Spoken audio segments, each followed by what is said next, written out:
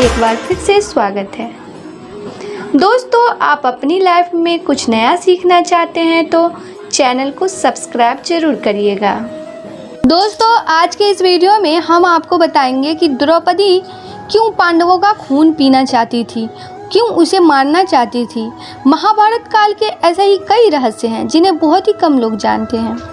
इन्हीं रहस्यों में से एक है जब द्रौपदी अपने ही पति भीम को मारना चाहती थी, मगर द्रौपदी अपने ही पति की मृत्यु क्यों करना चाहती थी, और वो भी उस पति की जो उसे सबसे ज़्यादा प्रेम करता था और उसे हक की लड़ाई में सबसे आगे खड़ा रहता था। दरअसल पांडवों की पत्नी द्रौपदी माँ काली का रूप थी। इस बात का ज्ञान अर्जुन को था, जिसके बाद एक दिन अर्जुन द्रौपदी के कक्ष में गए। आपको बता दें कि द्रौपदी के 5 पति होने के कारण सभी पांडवों ने ये तय किया था कि उनमें से एक जब भी द्रौपदी के साथ समय बिताने जाएगा तो वह अपनी कणाखाओं कक्ष के बाहर उतार देगा, ताकि अन्य पांडवों को ये ज्ञात हो सके कि कोई पहले से ही अंदर मौजूद है।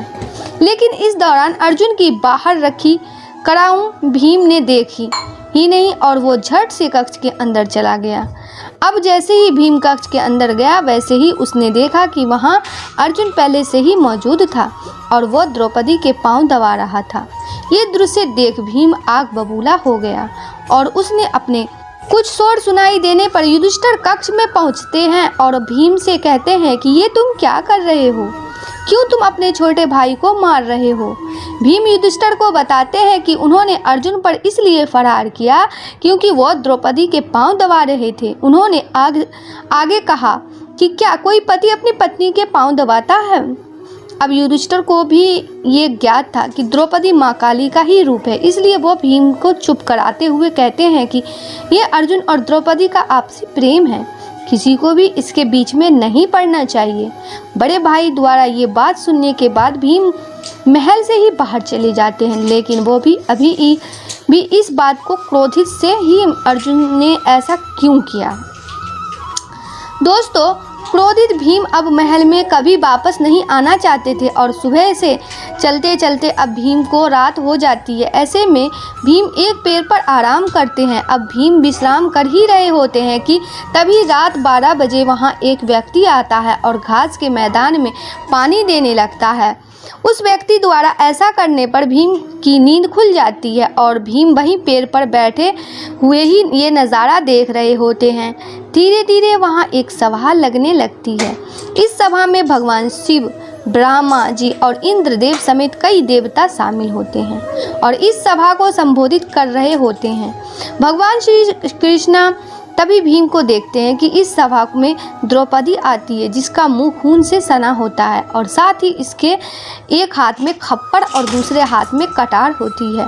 द्रौपदी को बिना अपने पतियों के अकेले देख भीम और आग बबूला हो जाता है, लेकिन वो वहीं रहकर ही ये सारे दृश्य जो है देख रहे होते हैं।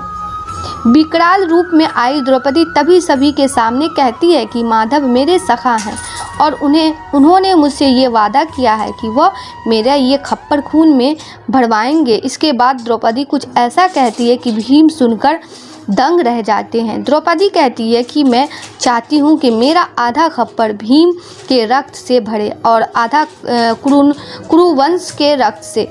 ये सुनने के बाद भीम द्रौपदी का असल सच ज्ञात हो जाता है। उसे पते लग जाता है कि द्रौपदी कोई और नहीं बल्कि माँ काली का ही रूप है। द्रौपदी की ये बात सुनकर भीम काफ़ी डर जाता है और सभा खत्म होने के बाद वो डरते हुए श्री कृष्ण के पास जाता है और उन्हें पूरी बात बताता है कि उसने सभा में जो कुछ भी हुआ है वो सब देखा है और वो अपनी जान कैसे बचाएं, इसका भगवान श्री कृष्ण से समाधान मांगता है। इस पर श्री कृष्ण भीम को बताते हैं कि द्रौपदी महाकाली का रूप है और उनका ये जन्म केवल खप्पड़ भरने के लिए ही हुआ है। जिसके बाद घबराकर भीम कहते हैं कि मगर द्रौपदी तो अपना आधा खप्पड़ मेरे ही रक्त से भरना चाहती है।